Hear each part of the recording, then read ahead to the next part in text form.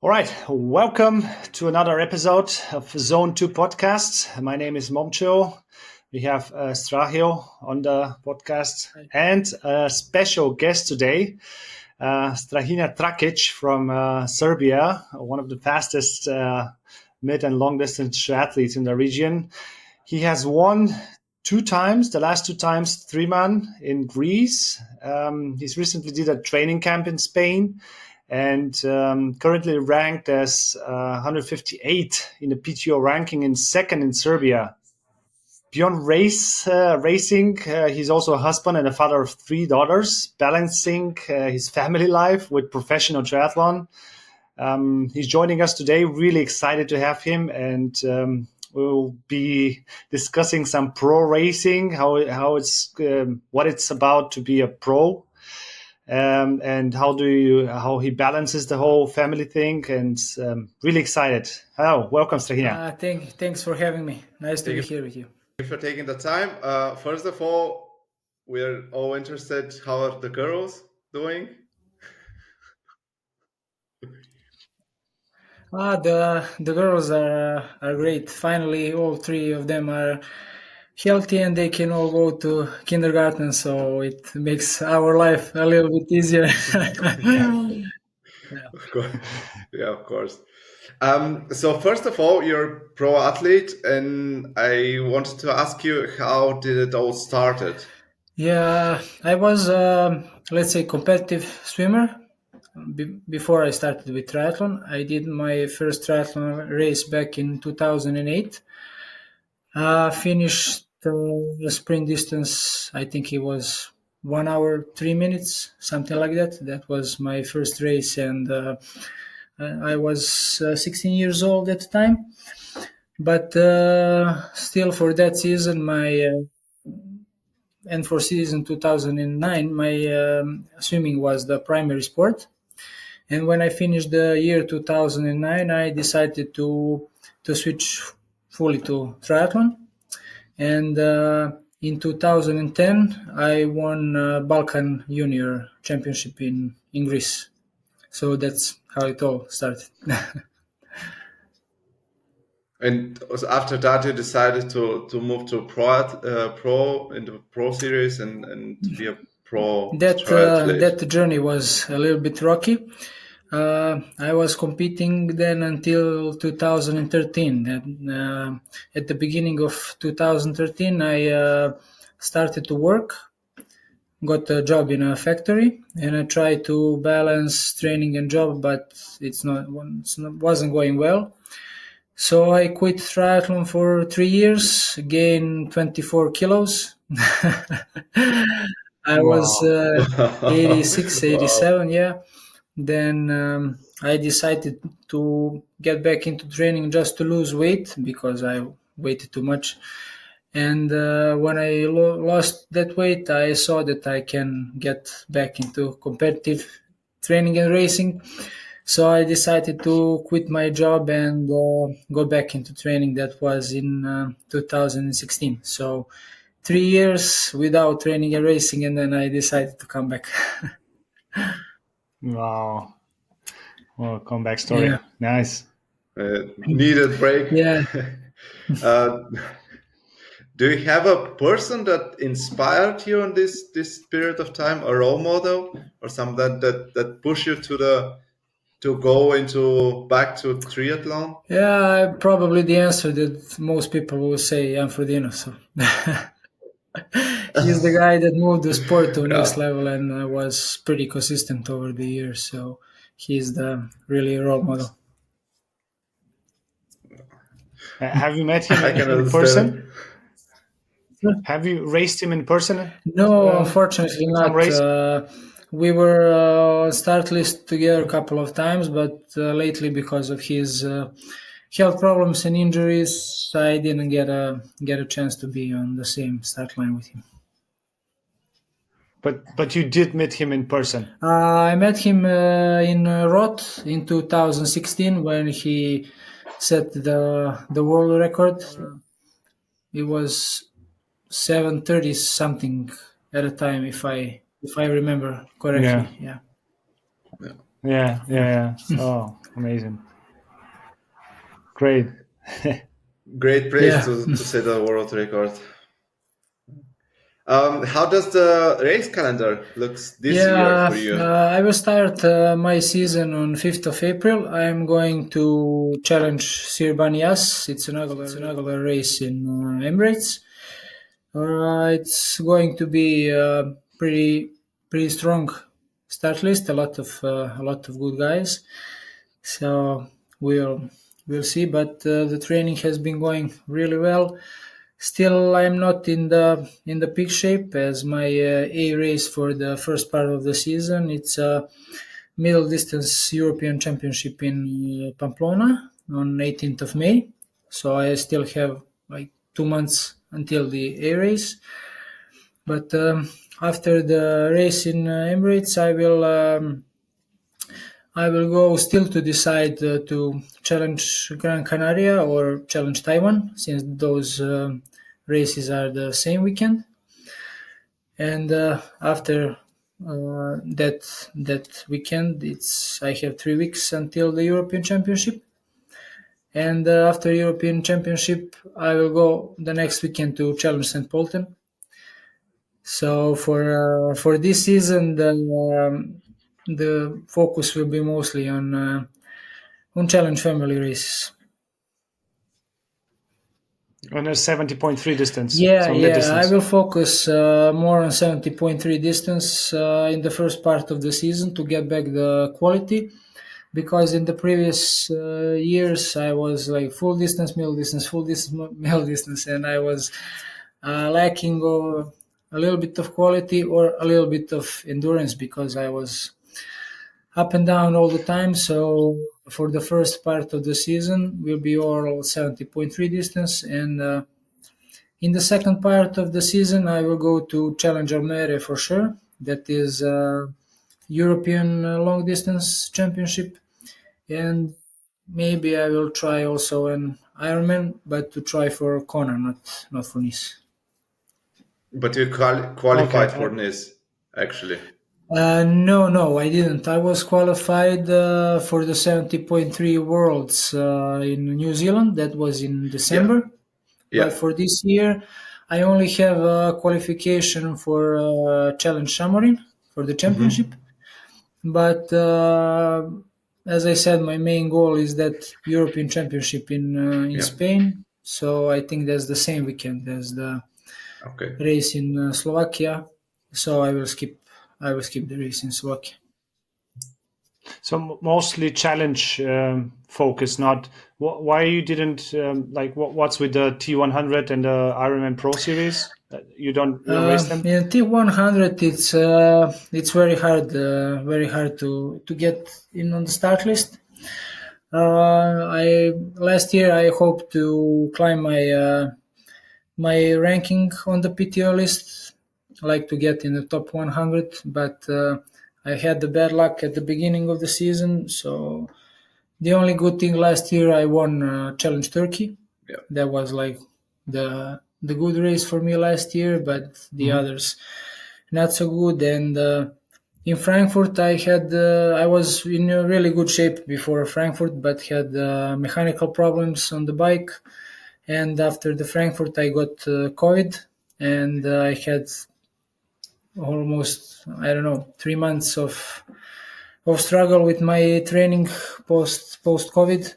Then the only race that I managed to do after the Frankfurt was at the end of November. It was 70.3 Bahrain, and I was also sick on my way to Bahrain. So last season didn't have luck. Tough luck. But it's okay.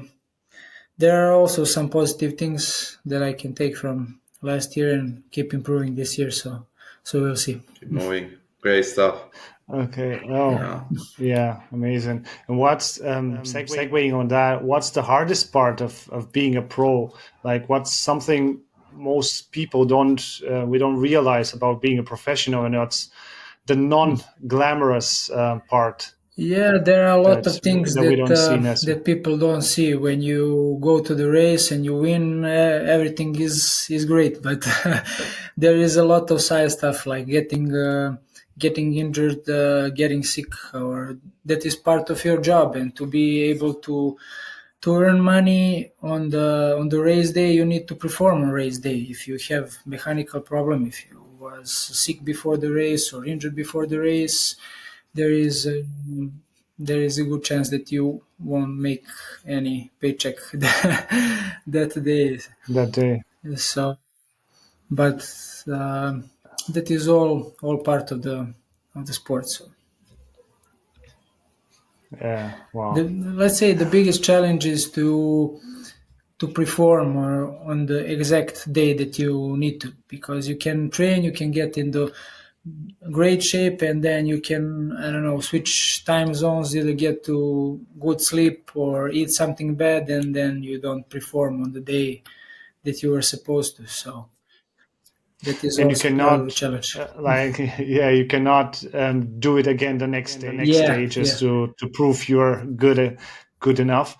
So that's something I was just thinking, going through my mind, that you have only, and even through the season, you have like how many races can you do? Even in the mid distance, you can do like probably 6, 7, I guess. Yeah.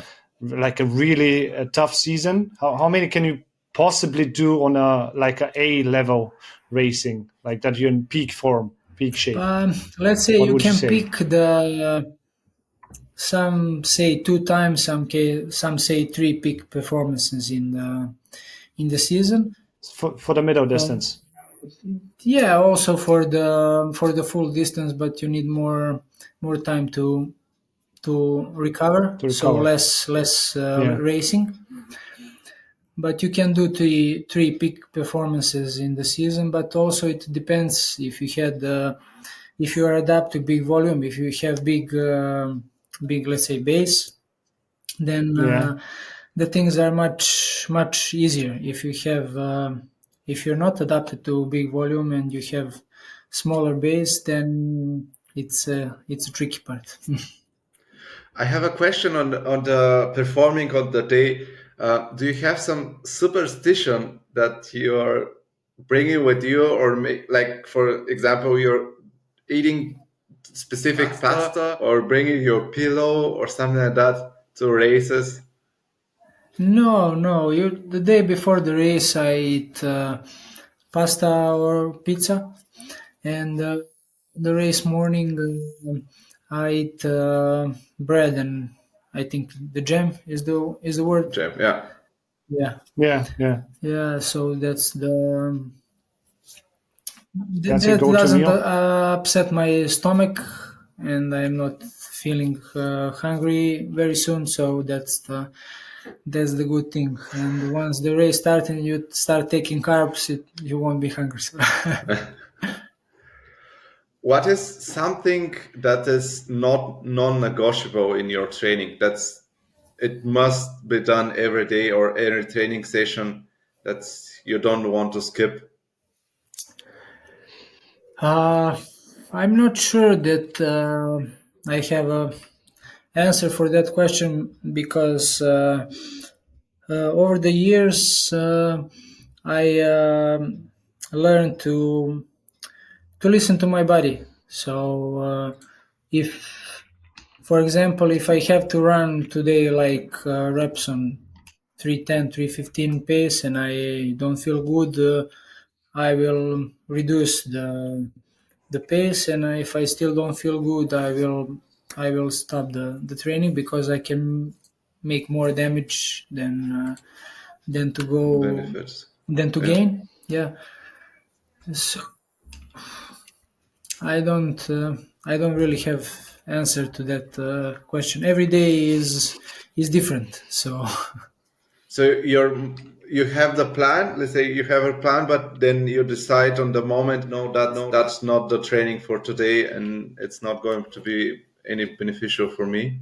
It's not happening very often. It happens maybe like once a month, once in a month and a half, 2 months. I don't know. It happens sometimes, but usually I have a plan. I stick to it and I try to do it 100%. But if there comes some bad day, then it's a bad day. Yeah. On a bad day, you can make more damage than to gain fitness, let's say. So you need to be smart about it. Of course. And to listen to your body, what's saying. Yeah. The plan on a piece of paper or in a program is good, but on the day-to-day, and you didn't had that body feeling from the beginning, did you? Like it comes with time. Just the more you train, the more you feel what it is. Yeah, when I was younger, I was going full gas all the time, every day until I collapsed. I was racing with myself every single session, and I learned the hard way that, for example, today I cannot run the sessions that I could do like 5, 6, 7 years ago. I could run much faster back then, but I couldn't put it all together. Interesting. Yeah, I was interesting. I could do 400s on like 62, 63 seconds, like 20 times, but I couldn't run 5K faster than 6:30. And now I run 15:20, but I run 400s at 70 seconds. Interesting. How it's like the peak sessions are not that high, but still when you put it all together, it's afterwards it's quite better. Interesting. Yeah, because you need to develop all zones, all energy systems to be able to put it all together. If you're just doing VO2 max like I did, you cannot put it all together. So. Yeah. Interesting. And how do you mentioned that you the fueling before the night before the race, but what's your day-to-day fueling looks like in training? I know you're using endurance for your sessions, but what's some real foods that, like, how does the normal day in your like everyday life looks like for breakfast, dinner, lunch? Do you do keto? Do you fasting? Like, what's that like for you? Yeah, the first session in the morning, I always do without breakfast. Not like 4, 5, 6 hours bike ride. For that, I take breakfast, but like 2 hours bike, 2.5 hours. Long runs like 25, 26K and swimming in the morning without breakfast. For the breakfast, I usually eat eggs or oatmeal, like nothing special. Keeping it simple, like chicken, a lot of vegetables and stuff like that. I mostly eat chicken because I have some I don't know what's the word in English. It's like my body has some problem that not. I don't know. The word in English is a gout. It's like arthritis in ankles. If I eat a lot of red meat, and I get pain in my ankles. Okay. It gets swollen. It gets red and it hurts a lot. So I usually eat white meat like fish and chicken breast, a lot of vegetables. Do you take any supplements like protein? Yeah, I take protein after really long sessions or really really hard sessions. I gain weight very very easily and muscles, so that's why I don't take protein very often. But I take like iron, amino acids, multivitamins, and just that basic stuff. Creatine? No. Creatine, no, it pumps. For me, when I take creatine, I get bulky. Wow, interesting.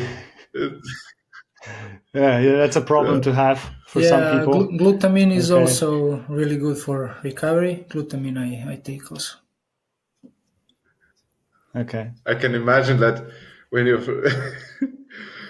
just getting bulky and not aerodynamic, Yeah. That's quickly a problem. Yeah. Okay, very interesting. Another question: how does a normal training week looks like? Just basic, a normal week, yeah. Yeah, let's say in like normal weeks are like 26, 28 hours. Some bigger weeks like 30, 32, something like that. For example, now in Spain, I did first week was 26 and a half, but I had travel day in that week. In the second week I had 30 hours, in the last one 31. So it was And what's the distribution there with the sports? I had around 23, 25 kilometers of swimming, like 16, 17 hours of cycling, and 100 kilometers of running. So some Okay. And that's the normal? Sorry? That's the normal, like usual No, week? that's a little bit Or the a little camp? bit bigger. Yeah. Normally, Okay. the swimming is more or less the same every week, like 23, 25 kilometers. The cycling is like 12 to 15, something like that. Running is like 85, 80, 85. So just in my Okay. head, the distribution is something similar to the sports, like in the distribution in a triathlon. Your training is similar with similar distribution. Like 50% of the time bike, 40-ish on the run, and like no, 10% is a little bit too No, much, it's too little on it's the like swim. 50% bike, 20%, 25, I think, run and 25 swimming, because it's like 17 hours of cycling, 7 hours of running, and 7 hours of swimming, something like that. But let me ask you, if you're coming from a competitive swimming background and you're already that good in the pool, why would you spend so much time in the water? I Why need not more I in need the to run? get better, because I also started with swimming a little bit late. So if I had good day, I'm in the first group. If I don't have a good day, I'm in second and third. So I'm not pretty consistent on with my swimming during the season. Like last year in Oceanside, I was with Brandon Curry, Angel Florian, Patrick Lange out of the water like 30 seconds from the front. And then in Texas, I was 5 minutes back from the front. So I need to be more consistent in the pool. That's why. Okay, makes sense. So you want to be out in the first group more consistently. Yeah, because then I don't have to waste energy to get to the front of the race, so I can to catch up. I can Okay. settle into the good rhythm from the beginning and not waste energy to chase. Got it. And you mentioned some of the other pros that are on there. When you are on that start line, looking left and right on your side, and you see other like really good pro athletes, what's going through your mind? What are you telling yourself, or do you even look left and right, or you just in your head? What's going through your head then? I Minutes before the I event just want goes to off. get starting as soon as possible because I get nervous a lot before the race, and then I just want to start. But when we start, everything Smooths out. all that nervous and all that butterflies in the stomach, they stop, and you are focused on the race. But I'm pretty nervous before we start.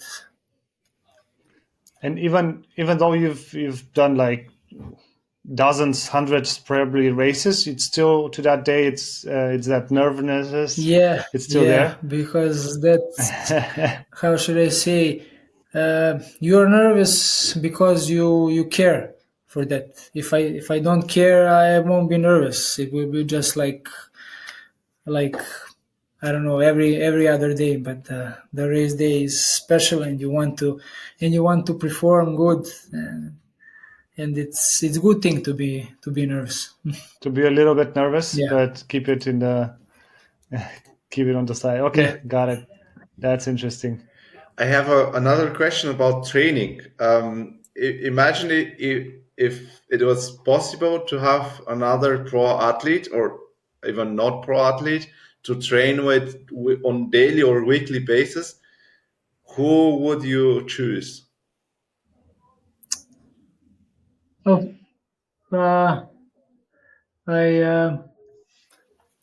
I really don't know.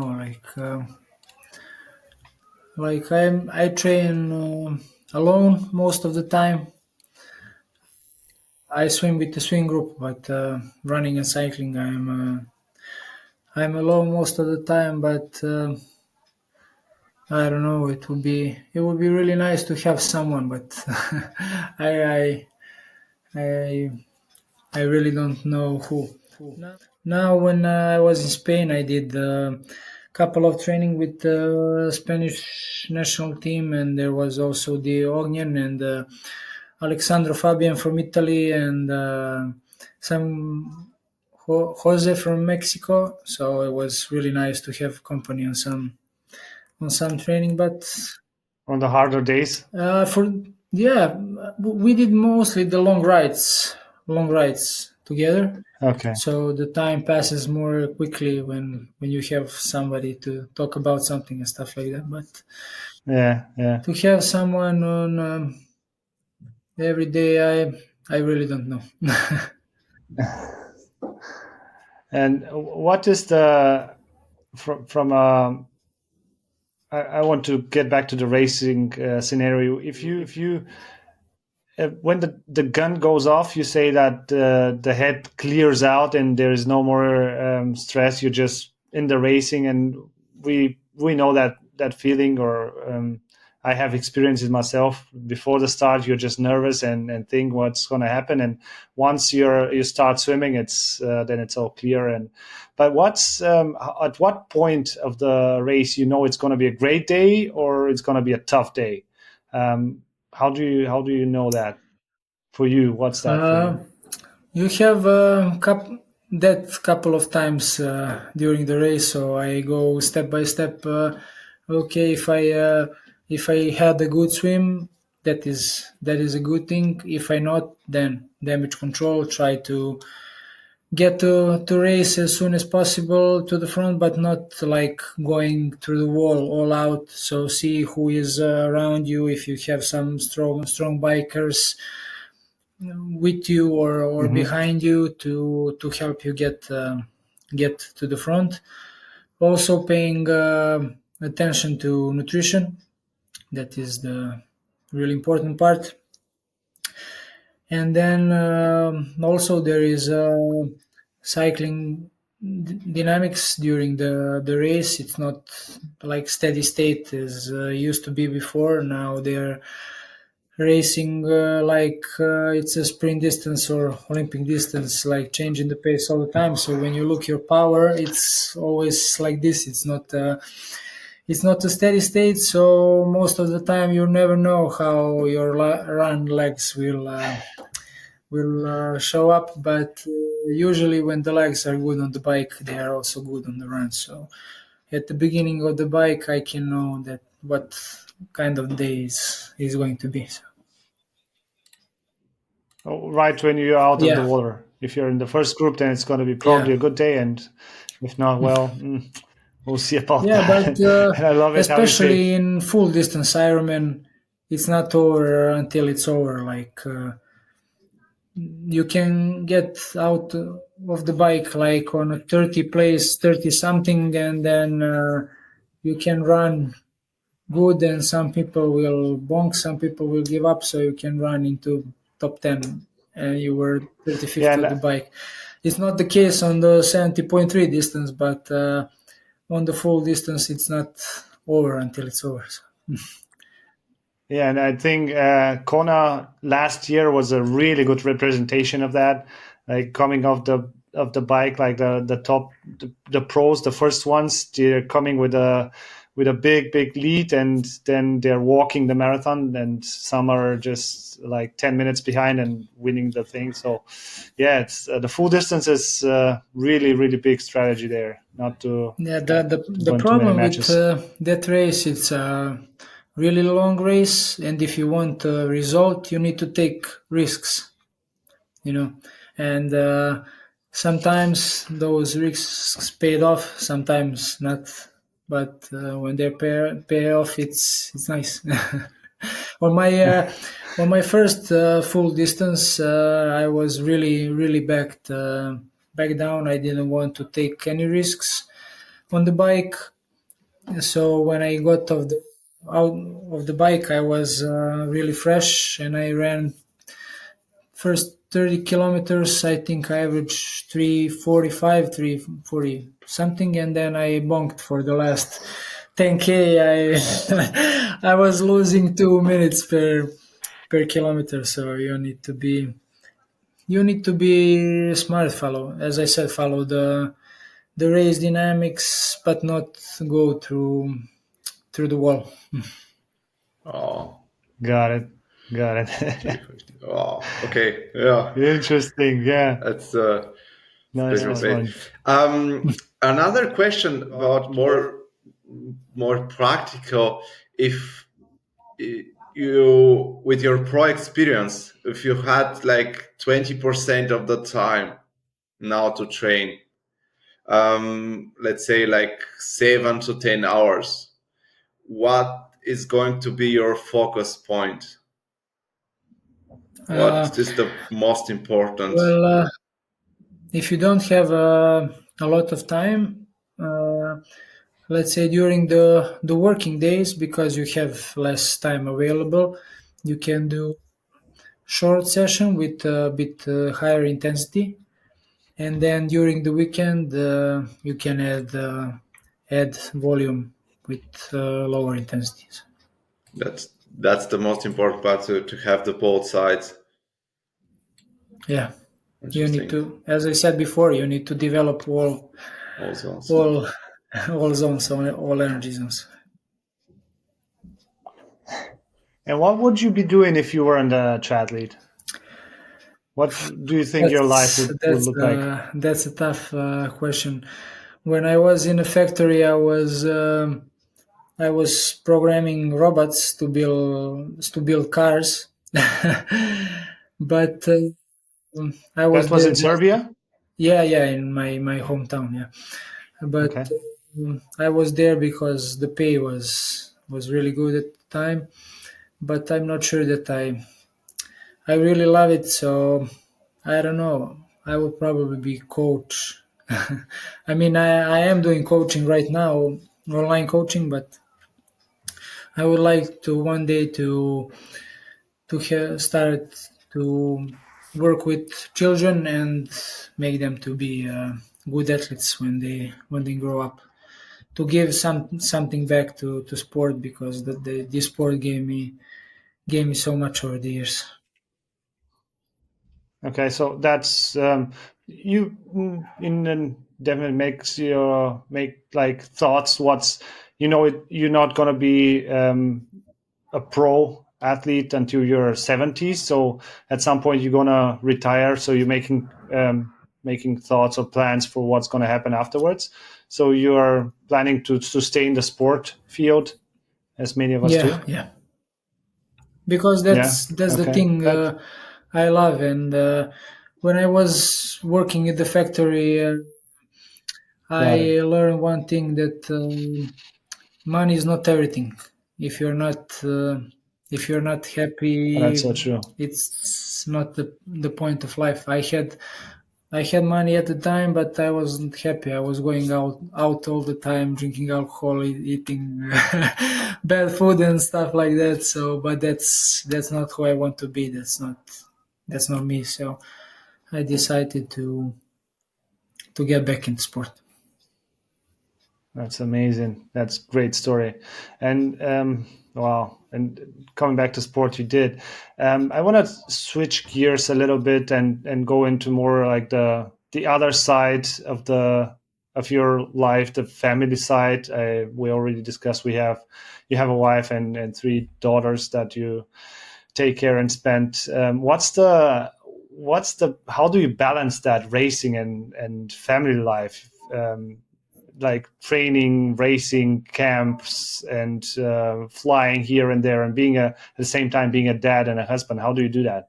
Yeah, my What are some family is challenges? really supportive, and my wife wasn't working until like a month and a half, so it was a little bit easier because she was with the kids all the time. Also, my mother-in-law, she helps us a lot. She lives nearby, so she helps when we need her. But also, I want to spend a lot of time with my kids. So every moment of free time that I have, I am trying to spend with them. It's not always easy.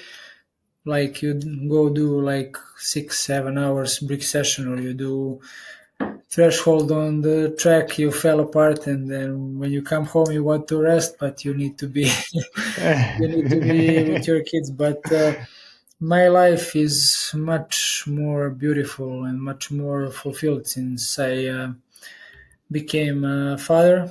I got my first child in when I was 26 years old, so she is now 6.5. She will start school this year. And the time flies. Such amazing.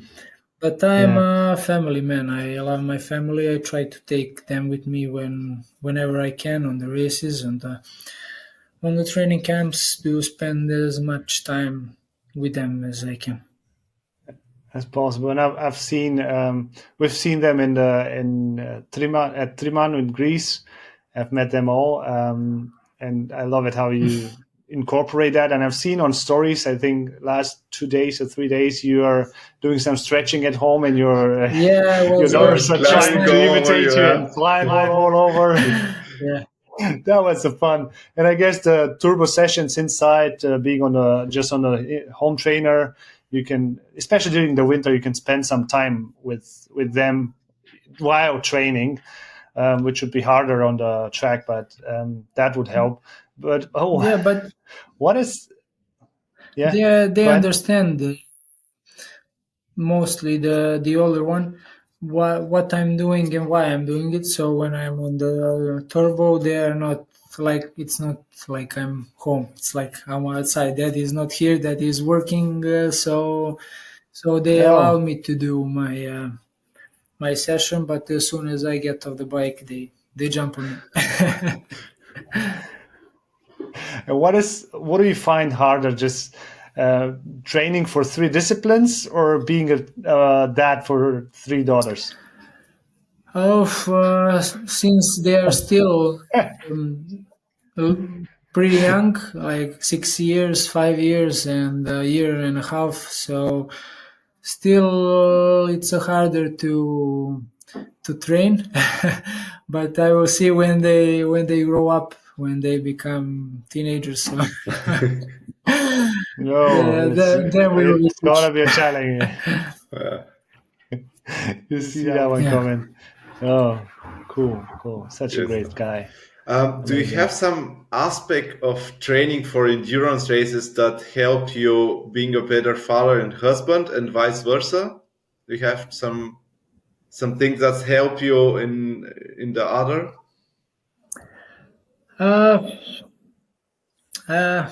I don't know, but I know one thing for sure, that I set a good example to my kids. That is the most important thing, to get them on the right path, especially in these times today. And the oldest one, she already started swimming like one year ago, and the middle one also.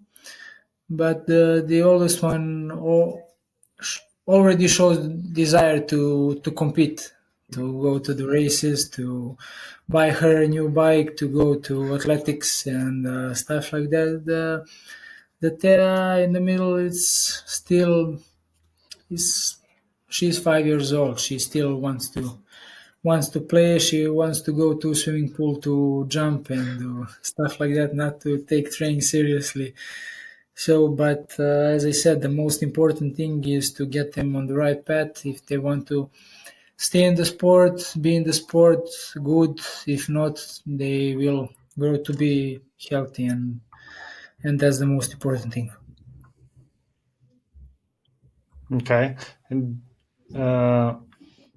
and do you feel any guilt about missing some of the time, of family time for training, and how do you deal with that?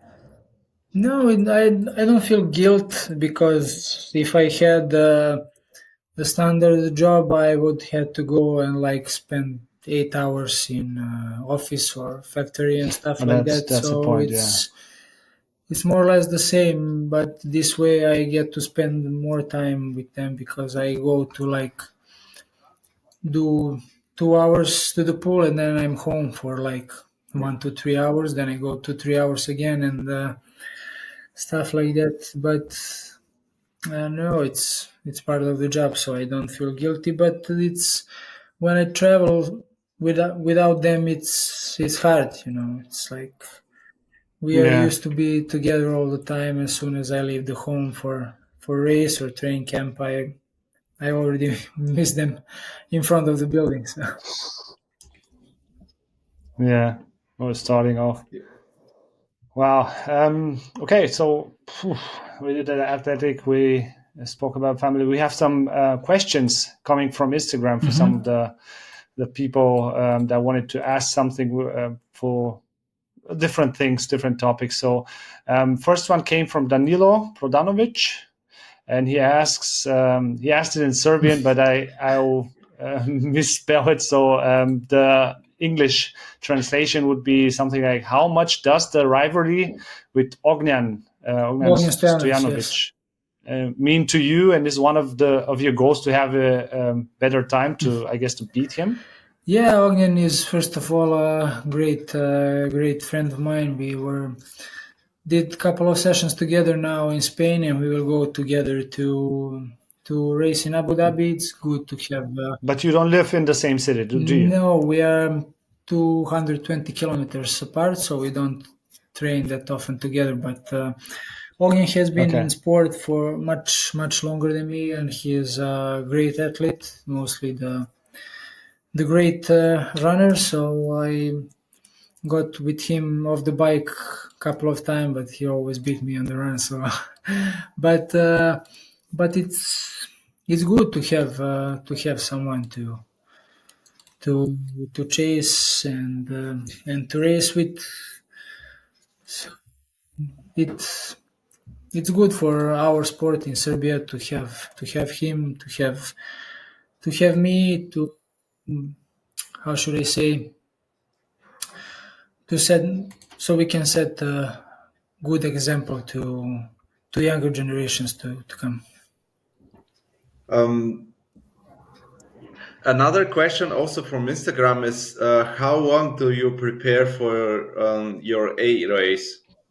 Meaning, how much time do you block before the A race? It depends from season to season. Mostly for how long this season is going to be. For example, last year, I because of my health problems, I did the race in Bahrain at the end of November. Then I took 2 weeks off, and I started with my preparation in the mid-December. That's the latest I ever started with my preparation. Usually I start with training mid-October, end of October. So now I was month and a half, 2 months late, but you set the goals for the next season, and based off that goals, you know what is your A race in the first part of the season, A race in the second part of the season. So based on that, you made periodization, because you cannot be at your top all the time. You get to the top and then it's slowly going down. So you need to reduce the intensity, get back to the volume, to the base, and then start building again. So it depends when you start with training and when is your A race. Got it. In the first part of the season. Another question from Instagram. I'm not sure if it's the right way the person asked it. It's just also in foreign language for us, but probably some of us know that you changed the brand of your bike. So the person also asks, does the quality of the bike make a big difference in triathlon? So it's like the bike equipment, let's say it. Yeah, the equipment makes a lot of difference.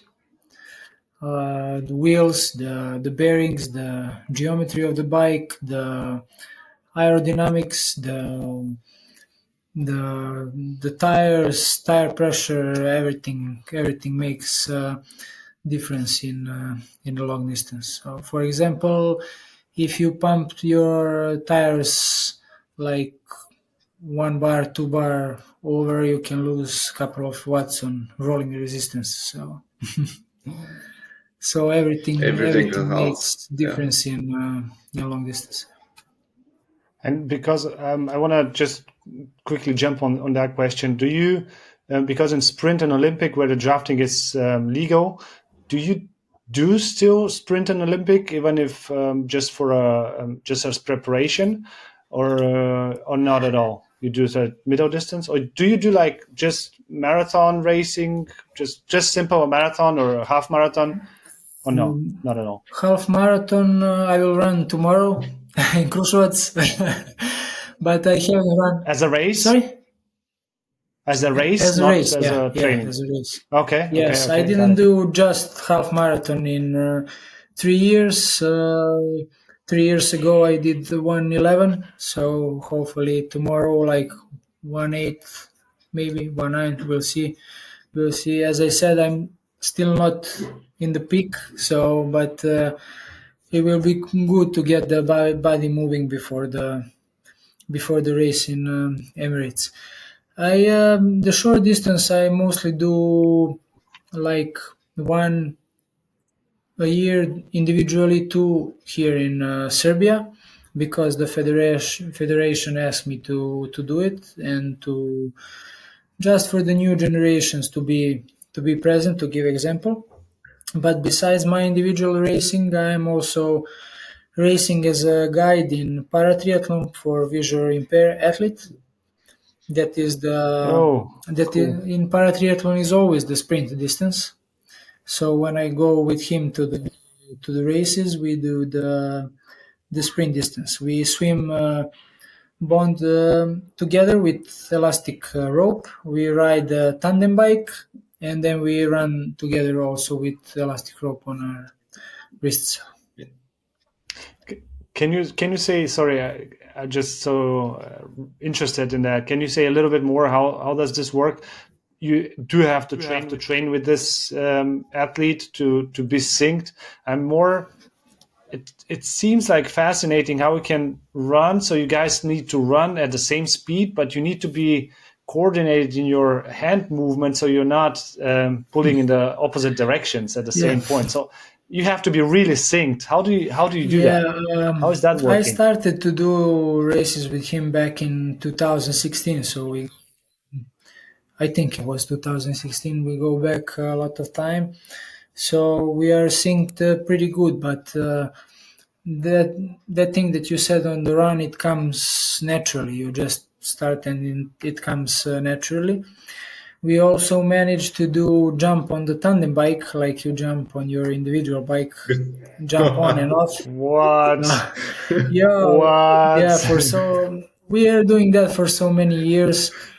We were qualified for Tokyo Paralympics, sorry, but he was hit by a car. He had an injury on his spine, so we didn't went to Tokyo because of that. And we were also qualified for Paris, but I got out of para-triathlon for some time, so the other guy from Novi Sad, his friend, he went with him to Paris to Paralympics. But after the Paralympics, I went to him to European Championship and we finished 5th. And also after that, the World Championship, we were 5th also, I think, if I remember, 5th or 6th. So, are you racing this year as well? Yeah, we talked about doing the European Championship in France, Besançon. It's 15th of June. So maybe one more World Cup to get the points, because you need. It's like on the individual racing, you need points to be able to enter the start list. So you need to be consistent on the races. But so you want to qualify for the next Olympic as well? We'll see. We still didn't talk about it, but we want to try to get one more medal on Continental Championship. We were 3rd in Poland on European Championship 2.5 years ago. So we want to try to get one more medal. But it's a little bit easier for me because for couple of years I was the only one who was guiding him, and if I don't go with him to the race, he has nobody else. Now there is another guy, so sometimes I go with him, sometimes this other guy, so it's a bit easier for me now. Okay. Oh, great. Another one that came over Instagram from Bojana, she asking, how do you find the will and strength to work so hard? What's your motivation? Yeah, it comes naturally because I love that what I do. I would love more to go and ride bike 8 hours than to spend 8 hours in factory. So it's it comes naturally. I really love what I do, and I'm blessed that I'm able to do it, and I will try to do it for as long as I can. Do you have some race recommendation, like top 3 races you have done, places, races, maybe you recommend to anyone? Yeah, one of the most beautiful places, it's Ironman Thun in Switzerland. It's a really, really beautiful place. It's a hilly course. It's a tough course, but it's beautiful. Also, Challenge Valsy. It's a race with tradition. Really, really nice nature. Really good course. And I don't know. Most of the races are on the beautiful places. It's very tough to choose, but I like hilly courses with nature. I'm not really fan of the flat courses, especially because I'm not a big guy. My power to weight ratio is good for the hills, not for the flats.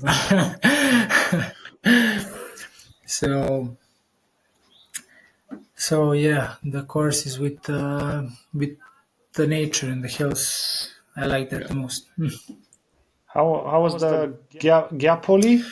The last year you won there? Yeah, it was inaugural race, the first time that they are organizing it. So the organization was not really good. They almost didn't have 8 stations on the bike, and it was, I think, 35 degrees, 36 degrees on the race day, and I lost my bottles on the cobblestones. So I was bottles with water. I had gels in my aero bottle, but you need to also take fluid. You cannot just take gels. So I was a bit dehydrated, but I had a big gap of the bike, so I was able to run controlled until the end. But this year they canceled the pro field. I don't know why. They will be only the race for the age group, but it's a really nice course. It's a beautiful nature, so I would recommend everybody to go there. Hopefully they will improve the 8 stations for this year, because I told them last year that they need to improve that. It's difficult. Okay. Yeah. The organization of a race, it's easy. Speaking from experience, yeah. Great. We are close to the finish. So, any last word you want to say to the people listening? Just to enjoy in our beautiful sport. Outside is free, and this sport can take you. It took me to the places that I never expected to go in my life. So and you go around the world, meet other people from different parts of the world. So that's the beauty of our sport. Great. Great last words. Just wrapping up. Thanks so much. Thank you really, really for your time and your shares. Just getting a peek behind the curtains of a pro triathlete. Where can people find you though? They can find me on Facebook and Instagram. Okay. Those are the two platforms that I'm using. Okay, I'll share your handles there. So if you want, just follow him. Great guy. Okay, thanks so much for your time, and thank you for having me. Yeah, really